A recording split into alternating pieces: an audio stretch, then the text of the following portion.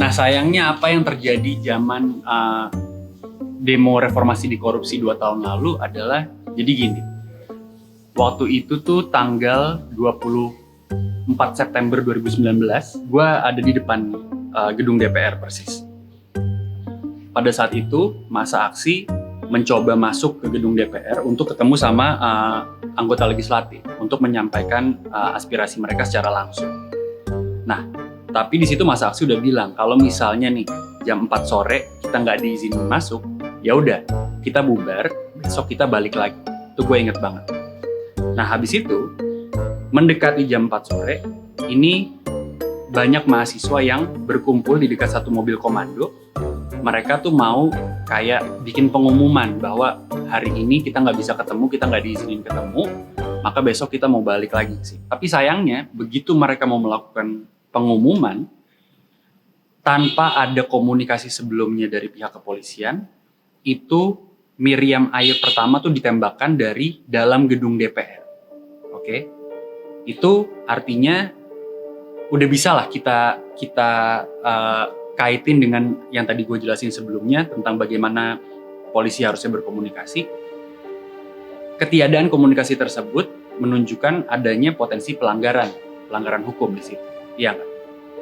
Nah, kemudian habis ditembakin water cannon dari dalam gedung DPR, itu ada lagi datang tembakan water cannon berikutnya tuh dari berbagai macam arah. Tapi yang gue inget tuh dari arah yang mau ke stasiun Palmerah. Nah, di situ masa udah kocar-kacir, oke? Nggak lama setelahnya, polisi mulai menggunakan gas air mata, oke? Lagi-lagi tanpa komunikasi sebelumnya, tanpa pengumuman sebelumnya ke masyarakat. Setelah itu, gue melihat ada semacam perubahan pendekatan oleh polisi di situ. Yang tadinya mereka harusnya mindsetnya adalah mengamankan proses penyampaian ekspresi di depan gedung DPR, berubah menjadi ngejar masyarakat sipil untuk ngebubarin dan nangkep orang-orang.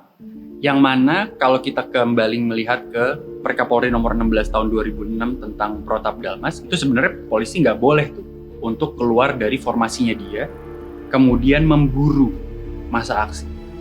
Nah itu juga berpotensi melanggar prinsip yang gue sebutin di awal tadi, bahwa polisi sudah tidak lagi mengasumsikan bahwa aksi ini aksi damai dan perlu dilindungi karena sah. Demonstrasi itu kan sah dilindungi oleh undang-undang. Dia jadi frameworknya berubah. Ya adalah masa dikejar tuh sampai cukup malam lah ya, sekitar jam berapa tuh ya? Sekitar jam 7 lah.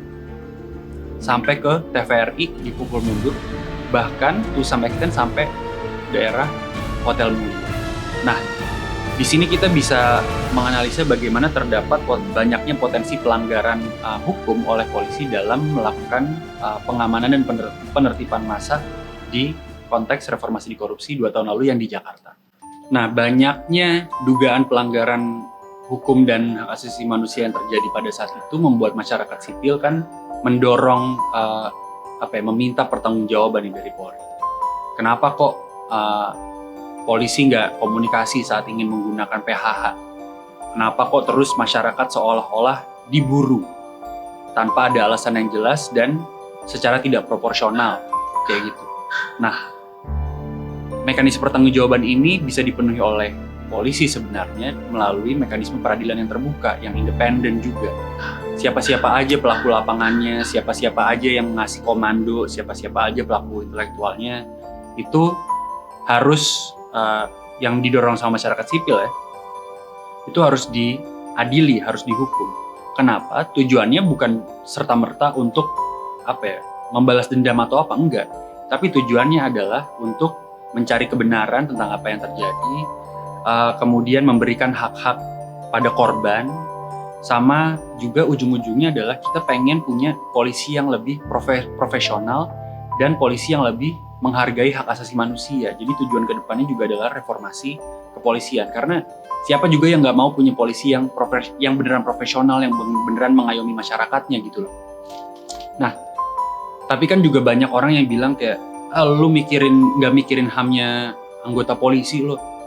Nggak juga sebenarnya, karena masyarakat sipil juga mendesak kalau misalnya ada anggota Polri yang misalnya mengalami luka berat, itu pelakunya harus dicari dan harus diadili juga. Jadi itulah enaknya menganalisa studi kasus ini melalui perspektif HAM, karena dia nggak pilih-pilih. Mau lo polisi, mau lo masyarakat sipil, tetap semuanya ada prosesnya. Ada misalnya proses pertanggungjawabannya. Nah, sekian dulu episode Amnestipedia kali ini. Semoga bermanfaat. Jangan lupa cek websitenya Amnesty untuk tahu tentang mekanisme pemolisian yang sesuai standar hak asasi manusia itu seperti apa.